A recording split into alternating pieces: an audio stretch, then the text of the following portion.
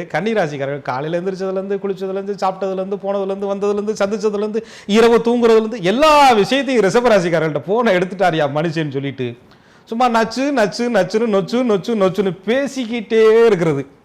அதை ரிஷபராசிக்காரர்கள் சொல்லுங்க சொல்லுங்க, ஏன்னா நம்ம ஆளுங்க பொறுமைன்னு சிக்கிறோம், சொல்லுங்க சொல்லுங்க சொல்லுங்க பொறுமையாக காதில் ரத்தமே வந்தாலும் கூட அப்படியே தொடச்சிட்டு இந்த பக்கம் எடுத்து வச்சு கேட்டுக்கிட்டு இப்போ நம்ம பேசுறதை கேட்குற மாதிரி பொறுமையாக கேட்டுக்கிட்டே இருக்கக்கூடிய ஒரு ராசி ரிஷபராசி. கன்னிராசிக்காரர்கள் எவ்வளவு அழகாக சுவாரஸ்யமாக கவிதையோடு இலக்கியத்தோடு நளினத்தோடு உண்மையோடு அன்போடு அந்த புதனுடைய அந்த தன்மையோடு எல்லாத்துலேயுமே ஒரு அறிவு, எல்லாத்துலேயுமே ஒரு சாதுரியம், எல்லாத்துலேயுமே ஒரு நகைச்சுவை இது கண்ணிட்ட இருக்கிறது. ரிஷபம் அந்த நகைச்சுவையை ரசிக்கும். நமக்கு சரியான ஆள் தாயாக ரொம்ப ஆர்ப்பாட்டம் இல்லாமல், ரொம்ப சவுண்ட் இல்லாமல், ரொம்ப ஒரு மாதிரி இல்லாமல் நம்ம மனசை புரிஞ்சுக்கிட்டு சைலண்ட் மூடில் அதுலேயும் இந்த கன்னிராசிக்காரர்கள் ரிஷபராசிக்காரர்களில் ரொம்ப அழகாக அட்ராக்ட் பண்ணுவாங்க. ரிஷபராசிக்காரர்கள் கன்னிராசிக்காரர்களை மிக அழகாக அட்ராக்ட் பண்ணுவாங்க. எப்படின்னு கேட்டிங்கன்னா ஒரு சின்ன எஸ்எம்எஸ் போதுங்க, அது 1000 அர்த்தம் சொல்லுங்கள்.